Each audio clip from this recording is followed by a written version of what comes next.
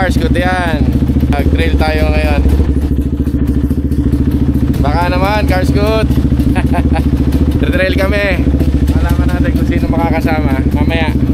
Let's go. Ayan, dito tayo ngayon sa sa project natin. Bago tayo mag-trail, punta muna tayo dito. So assist natin si client sa paggagawa nilang water station. Ayan. Okay naman yan. Bago pa lang, so saglit muna ako dito. Bago mag-ano. Tala sa rides. So ito yung lalagyan natin ng machine. So nandito tayo sa Carmen-Q. Ayusin natin to. So tapos na tayong samahan si customer.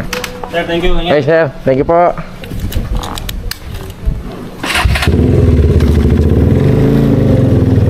So guys, nagtrabaho muna lang tayo konti.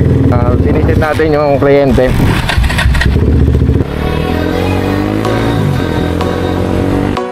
So guys, gamit natin ng KTM 390 Adventure. So mag-trail tayo kasama sila Carl, Paul, amigo.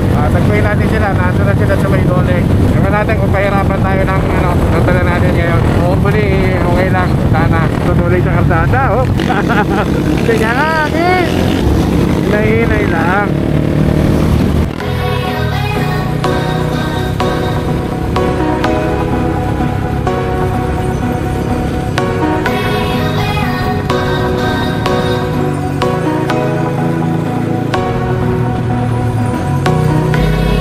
A few moments later. Aray mo. Dito na naman tayo na natanggalan ng kadena. Yan, ginagawa ni Kuya Pats. Anong masasabi mo, Master? Vice. Panis, pre. Namiss ko si pre, sa bungayo ako. Ano yun na natin? Oo nga, angat natin. Buhatin na lang. 1, 2, 3. 1, 2, 3. Konti na lang. 1, 2, 3. 1, 2, 3. Yun. Okay na? Okay na.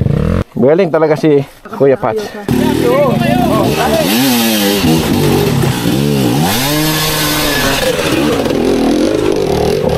Binibitin niya kanina Ha? Binibitin niya, nakagano na. Oo, binibi. Nag-o-off. Panis yung tsuhin. Panis daw yung tsuhin, aba? Panis nga ba? Woo!